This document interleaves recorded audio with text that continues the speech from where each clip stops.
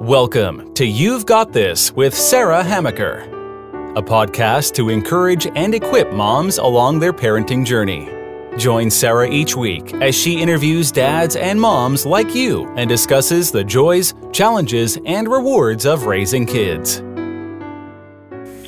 Hi, and welcome to this week's You've Got This. I'm your host, Sarah Hamaker, and I'm so glad you joined me. Today, I'm discussing brain development with Dr. Katherine Jackson, or Dr. J as she's known. She's America's #1 brain psychologist, and I am so excited to talk to you today, Dr. J. So welcome to my program. Thank you for having me. Now, as we were talking a little bit before we started recording this podcast, I'm a mom. I have 4 children. Now they're between 11 and 17, and also a 4-year-old foster daughter in my home when we're recording this. And I've always been fascinated by the brain development of children. I mean, you can kind of see it as the kids grow and as their brain develops and as they are able to learn new things. But I have found it very helpful as a parent to kind of think about, what is my toddler capable of? What is my preschooler capable of? Now, I know all kids are different, but there are some general, I think, brain development milestones. And I'd love to start our conversation with, if you could just kind of give us a rundown of those. You're right. All kids are different. And kids who are, like, typical kids, I guess is the best word to use. I don't think there's a normal. Usually follow a set path of different things that go on or hit these different types of milestones. So the early development years is from birth to about age 7. Some people say age 5, age 7, whichever. They have different things kind of going on, especially in those beginning years up to age 2 or 3. And so a lot of the brain development, first of all, kids come out with all of the neurons and such that they're going to usually have. But the important thing with those very young years up to age 3 is what we are doing to cultivate the connections between the neurons and the synaptic activity. And so usually when kids are younger, from a brain perspective, some of those markers, you're just really trying to develop and get them used to the environment, get them used to language, get them used to kind of using their hands and developing some of the motor skills. So that's the really younger phase. So it's mostly based off of the sensory motor skills when they're really young. Mm-hmm. Then later we move from 2 or 3 to up to about age 7. And so we just want to kind of build on that, and you're really focusing on those things that we just talked about or I just mentioned, plus you're going to start building in a lot more of the social and emotional parts of their brain. Because a lot of growth occurs during from birth to about age 3. When we first start out, we only have 25% of our adult brain inside. Oh, okay. And then when we get to around age 3, we're at about 80%. And by the time kids are age 5, they're at about 90% of the adult brain. Wow. The size. Yeah. So a lot is happening during those years. So we want to make sure that we are cultivating that. If they're not getting kind of the proper environment and the proper stimulation, sometimes you can hinder some of that, and then you're killing, literally, the brain goes through a process of killing off or eliminating, or neurons die, whichever way you want to kind of say it. And it's kind of like if you don't use it, you're going to lose it. So those young years are so crucial to expose them to a great amount of things. So that's about up to age 7.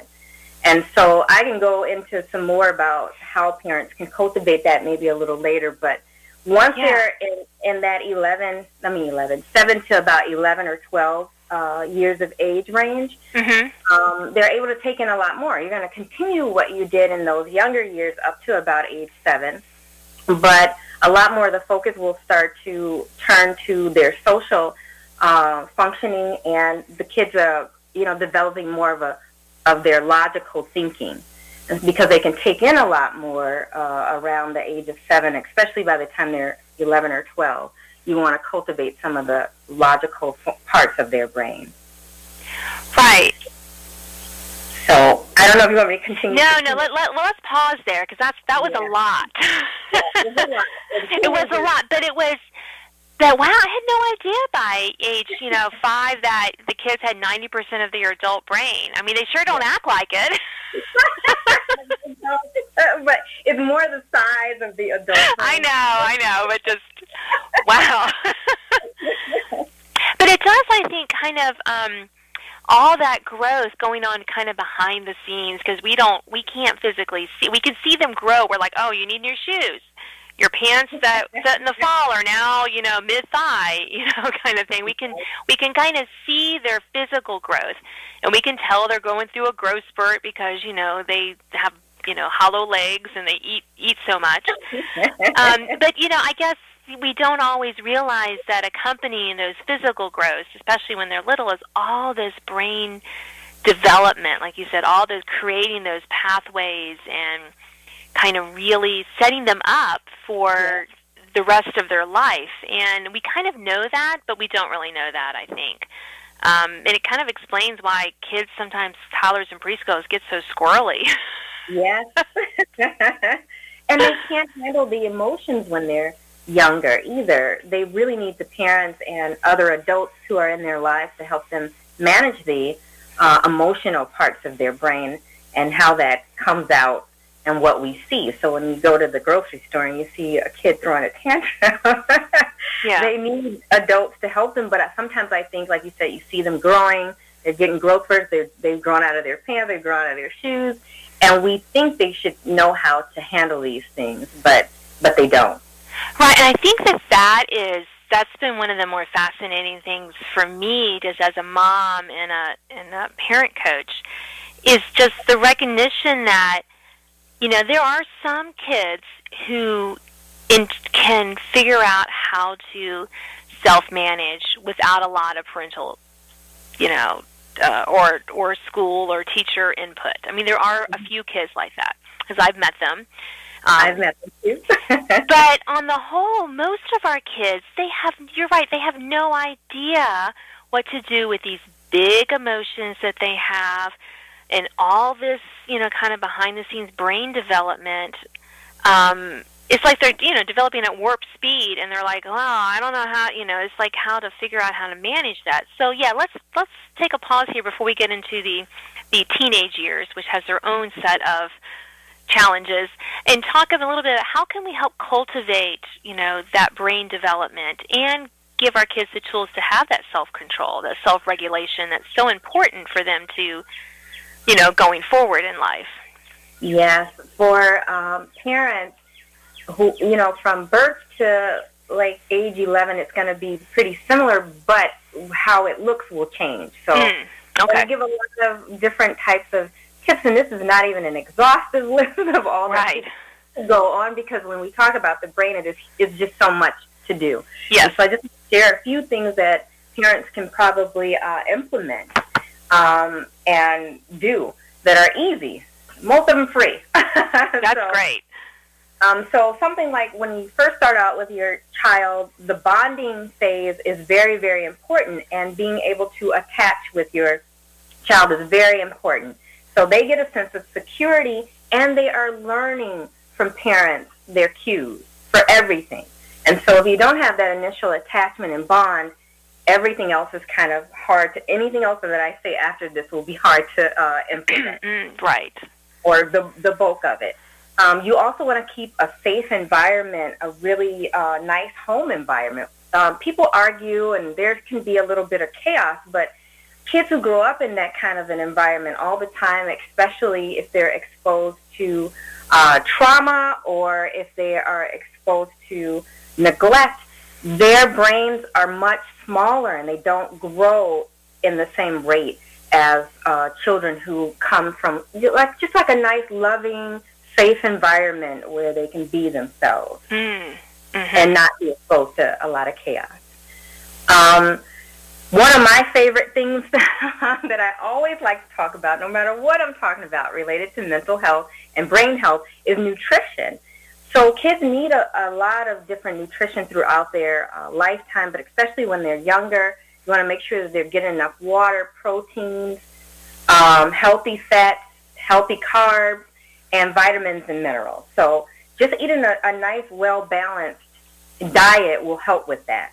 Versus when you hear kids eating a lot of junk food, then they're not getting enough fuel to feed their brain. Right.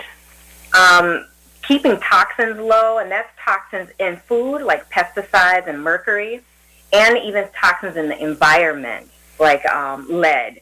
That's going to be important. And sometimes that's hard to do when you think about people who live in more populated areas where there's more pollution just in the air in general. Right. Right. And so we just want to make sure that we're tending to that and trying to have the best environment for the kids. And making the best choice. Nothing can be perfect. Parents are just doing the best that they can, but nothing will ever be perfect. And then there's a lot of research showing positive parenting, specifically the authoritative parenting style, gives the best outcomes for every aspect of children's lives. Academic, how they learn, their social involvement, how they feel about themselves. So that's a really good parenting style. If parents don't know about it, then they could look into that and see how they can incorporate a lot of the authoritative parenting style. We also want to keep really good relational interactions, not just with the parents, but even the people that you have around your kids a lot. So strong and stable relationships will help to build a really strong, healthy brain. And it teaches kids good social interactions. For younger kids, that early education, so early childhood education, is really key too. And so you want to pick a really good preschool. And I think that a good school throughout their education is important. Because you don't want to give them good stepping stones in preschool, and then they're in like a really horrible school throughout the rest of their life, and they're not getting enough stimulation, enough challenge to their brain. So picking really good schools or the best schools that are available to you will be good to help build out healthy brain functioning, help with those synaptic activity and brain functioning and connection throughout their whole lifetime. Let's see, parents could help the kids manage emotions, like I mentioned before. When kids are young, they don't, like you said, there's only a handful of kids that I've met that are mature enough to handle their own emotions.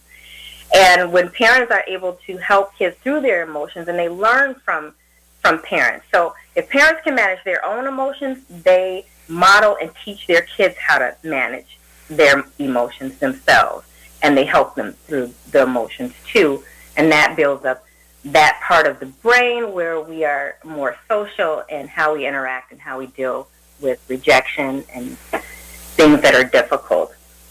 And so, let's see. I also like reducing screen time. That's something I talk about a lot, too.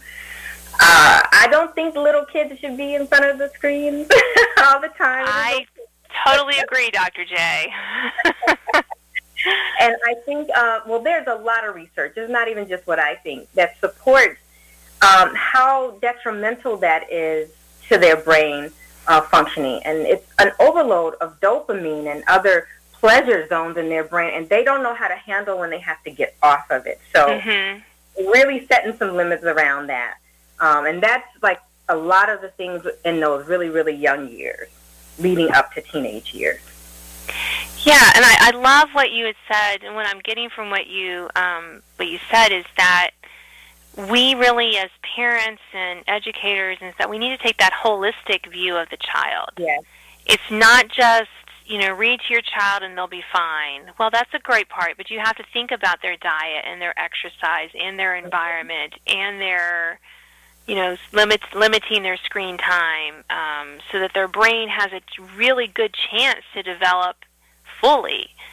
I love that, because I think that so many times that we neglect one or the other, and we think, oh, it's not that big a deal, and it really is. I mean, collectively as a society, but it is a big deal, and should be very important that we're giving all these kids the opportunity to, have a safe environment and eat good food and go to good schools. So, and the best schools available. Everybody can't go to the creme de la creme of schools. They just can't fit everybody in. And so you want to get the best school in your area. But you're right. I mentioned it earlier about the stimulation. Play and stimulation is very important, but I don't think we look at the rest of the holistic things. So like play, laughing, reading, developing motor skills. So things like even playing with Legos and listening to music and exposing kids to nature, all very important. But we also have to look at all the other things, too. Right. So we have just a few more minutes left, but let's talk about the teenage brain. Because I have 3 teenagers in my home right now, and I love them, and they're fantastic. So, and 2 of them are teenage daughters, and let me tell you, there's not a lot of drama in my house. Just so my listeners to know, it doesn't have to be crazy drama stuff. But it's been interesting to kind of see. I have a 13-year-old boy and then 15 and 17-year-old girls, and it's been interesting to see the differences in their brains and how they think about things. And so, yeah, I'd love a few minutes on the teenage brain and how we can, help them as they're getting ready to launch into adulthood. The teenage brain could be its own talk, but I'm going to cram in its Yes, just a few. I know we don't have time to do a whole. And maybe I'll have you back on my show to talk exclusively about teenagers. But for now, I mean, there are some things that we can keep in mind. Doesn't have to. Listeners know this is not the last word on teenage brains. Yes. So the beauty about the teenage brain, like I said, by age 5, you've got 90% of your brain. And they're undergoing so much change going from childhood to adulthood. And the funny thing is that the brain is not fully developed and completely finished with the frontal lobe, which is responsible for learning and decision-making, the impulses. It does not finish until we're sometime in our 20s, usually around the age 25, give or take. And so that's why we see so much of the impulsivity with teenagers. Their decision-making sometimes is not where parents really want it to be, and you see a lot more risk-taking behaviors. It's because that frontal lobe is not fully finished. It's not fully developed, and it doesn't finish until we're some point in our 20s. And so people think because teenagers, they look almost like adults, right? They look like really young adults, and they think that they should be able to handle so much more. But teenagers are very susceptible to stress. So they still need their parents to help them manage some of the things that are going on, the nuances of what it means to make decisions more adult-like, because we're expecting more adult-like responsibilities from them, and they still need their parents to walk them through that.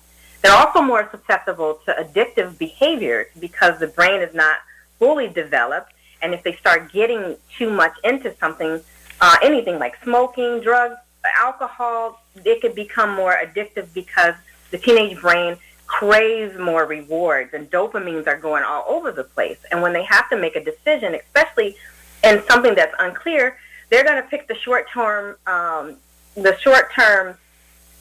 option that will give them immediate rewards. So that's the teenage brain very, very quickly. There's a lot more to it. But No, that was great. Thank you so much. And I noticed that. I mean, I noticed especially what you said about the stress.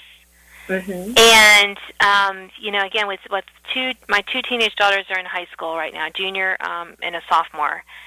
And I've noticed that I really need to, sometimes I need to step in to help them manage that stress because I see that they're putting so much, and they're very responsible, and now they're, the stakes are much higher in high school. They're looking at colleges and starting to think about future and stuff. And, I've had to come and say, I don't think you need to take those many hard classes. let's not. You know, I actually talked one of my daughters out of taking an AP class, which she can get college credit for, for her junior year, because she wasn't that interested in the subject. And I'm like, if you're not that interested, don't take it, because that would have been 3 or 4 AP classes her junior year. I said, no. No. We're not going to do it, because I knew how much stress it would create, because how much she would put on her, and she didn't really. I said, it's not that important. Your health, your mental health is more important, and that, I think, is part of our job as parents, is to help our kids and to go, yeah, you don't need to feel obligated to take that class, or you can drop out of this extracurricular activity because you're feeling stressed, or what can I do to help you feel a little less stressed here? You went right into some of the tips I would have for parents. Oh, good.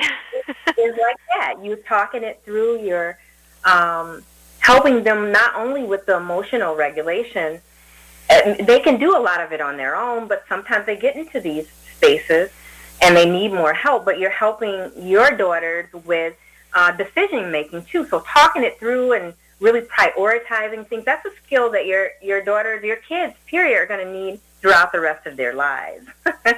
And so when kids are going through an emotional time, parents want to not brush it off or say it's no big deal. They want to make sure they're talking to them and creating a space where there's open lines of communication, so that if kids find themselves in an emotional place or having difficulty making any kind of decision, I think about the risky decisions when I say this, but it can even be something as simple as, should I take 5 AP classes, or should I just whittle it down to 3, you know? Right. So it could be something that simple.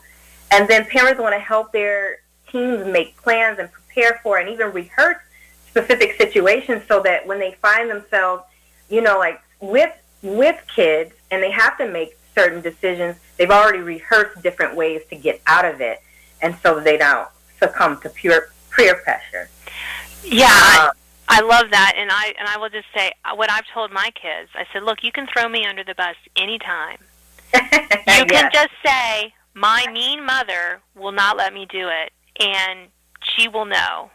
And you be the bad guy. And right. I said, I am happy to be the bad guy anytime that you just need to say no to something. And it doesn't have to be a really horrible thing. It could just be that they really need to come, they're just really, really tired, and they need to come, use me. And those situations, I am perfectly fine, because like I tell them, I don't need your friends to like me. No. I have my own friends, thank you very much. I do not need teenage friends. And if they think I am the meanest, uncoolest mom, fine. I'm just going to say one more thing, because I know we're running out of time. But kids make mistakes, and when they do, I tell parents to use them as teachable moments instead of lecturing them or neglecting them or alienating them, making them feel completely horrible. We've all made mistakes growing up, and it's a part of growth. And so we want to make sure with that we make that the consequence actually fits, quote unquote, the crime. You don't want to have harsh punishments and making things way too long. I remember when I was younger, I was on punishment for a whole semester. All my friends were gone. And the punishment was a little too harsh for the crime, because I didn't get I think I had gotten a D or something. Oh, yeah.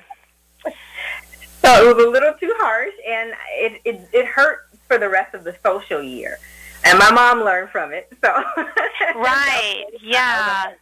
And I always tell parents, just right before we have to wrap up here, I always tell parents that, you know, you don't have to give a punishment in the heat of the moment, or a consequence in the heat of the moment. Yes. You know, once your kid is older than 3, they have longer-term memory. It's okay. Cool down. So you don't say things like, you are not leaving your room till you're 18 and the kid is 10. I mean, and so we don't do things like punishing for the whole semester and add out of proportion. But you're right, especially for teenagers. Well, I think I'm going to have you back on my show, Dr. J, because I think we have a lot more to talk about.